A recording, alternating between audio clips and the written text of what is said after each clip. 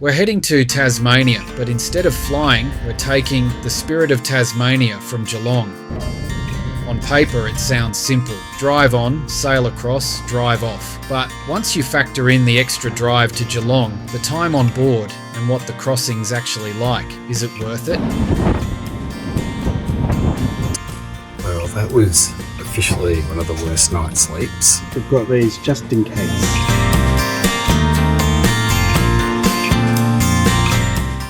So the Spirit of Tasmania is the ferry that crosses between Geelong and Devonport. It connects Tasmania with the mainland. Getting there is the first thing, because it doesn't leave from Melbourne, it's Geelong. So, depending where you're coming from, you've already added time before you even start. It's not difficult, just enough that you notice it. If you get seasick, make sure you take your Quell tablets before you board. The Bass Strait can get a bit rough. So what's your favourite thing about the Spirit of Tasmania? That I don't get seasick. We've got these just in case. And it does make you wonder early on, is this already less convenient than just flying? So we'll show you around. Let's go check it out. Once you arrive, it's pretty straightforward. You check in, line up, and then wait. Before you board, you can grab a coffee, something small to eat. There's also a scale model of one of the earlier Spirit ships. Pretty interesting to see how it used to look. But then things start moving. You're not walking onto a plane. You're literally driving onto the ship.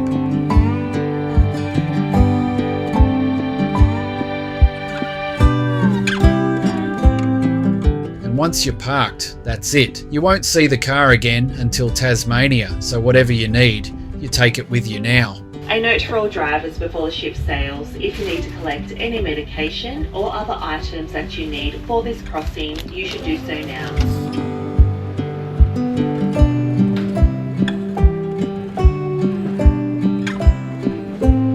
Then you head upstairs, and the first impression is pretty straightforward. It's clean, comfortable enough, but it's not trying to be anything more than that.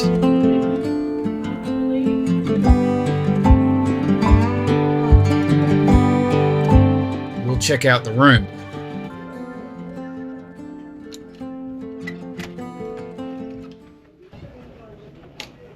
Get out the cabin. This is what you get.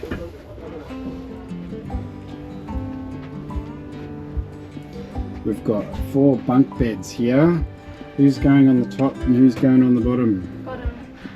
Pretty basic, really. But hey, we'll be going to sleep soon after a nice meal. Then it's time to find something to eat before seeing what else there is. The Tasmanian Market Kitchen, located on the starboard side of Deck 7, is currently serving dinner until 10:30 this evening. So we've just gone through the buffet at Market Kitchen. The food looks really nice. Got some lovely roast pork, applesauce, crackling, some chips.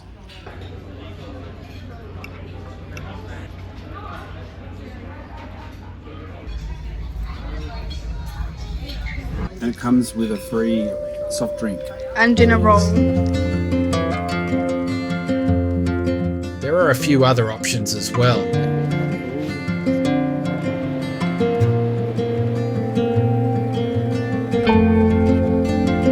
Cafe, some more casual spots. There's also a bar, a cinema.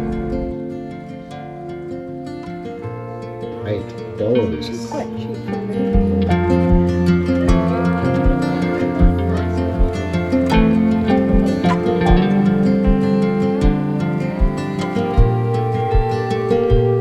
And a bit of an info area if you want to look into things once you arrive. For travel information and bookings, the tourism hub is located on the port side of Deck 7 at the stern of the vessel.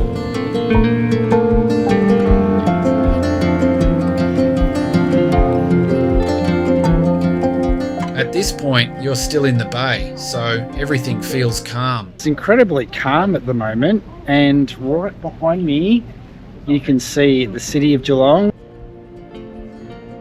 But but then you reach the heads, the entrance to Port Phillip, and this is where something changes. If you're sailing in summer and there's still light, you can actually see it properly.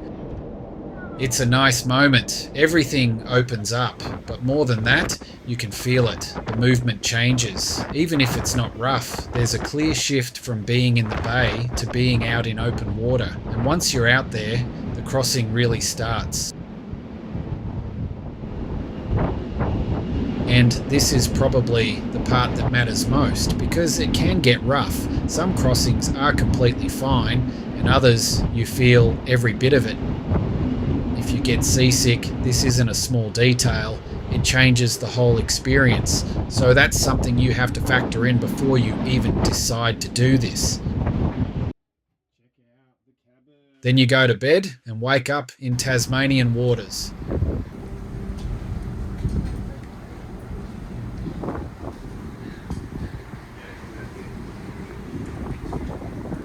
Pro tip for you, make sure you're in bed before the boat gets out into the strait, because the boat was rocking and knocking last night. Well, that was officially one of the worst night sleeps after being promised to smooth sailing. You can grab a coffee before it's time to disembark. It can be early, but they give you a wake-up call, and the cabin's got a shower so you can get ready before heading off. And then pretty quickly, you're lining up to get back to the car. That said, this whole experience might not stay like this. There are new Spirit ships coming. I've seen one of them, and it looks like a big step up from what's currently running. More modern, bigger. Feels like it could change how this whole journey feels. If you've seen Steve Marsh's video, he shows one docked over in Edinburgh. So what this is now might not be what it is in the future. But right now, this is the experience, and it really comes down to one thing. Why do this instead of flying? For me, it's the car. Once you arrive in Tasmania, having your own car completely changes what you can do. You're not limited to a few places. You can move around, take your time, go further, and actually explore properly, which is what Tasmania is really about. It's not cheap, it adds up, so it really comes down to what matters more, convenience or flexibility. After everything, that part does feel pretty good. For me, it's not really about the ferry, it's what it lets you do once you're here. If you want to explore properly, it makes sense. If it's a short trip, you'd probably just fly. But this is just the start. We're heading to Tasmania now, starting with Launceston. So subscribe and follow along as we explore some of the well-known spots and the ones you might not have heard of. And I'm curious, would you take the ferry or just fly?